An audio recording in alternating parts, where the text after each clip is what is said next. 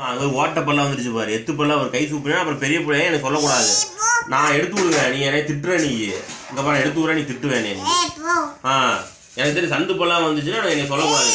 எத்து பல்லாம் நீ எடுத்து விடலாம்ப்பா, நீ எடுத்து விட்டு அடிச்சிடலாம் சொன்னோடனே என்ன நீ அடிக்கிற. இந்த வீடியோ எடுத்துருக்காங்க காமிப்பேன் நான். எத்து பல்லாம் வரும் எல்லாம் எல்லாம் எத்து பல்லாம்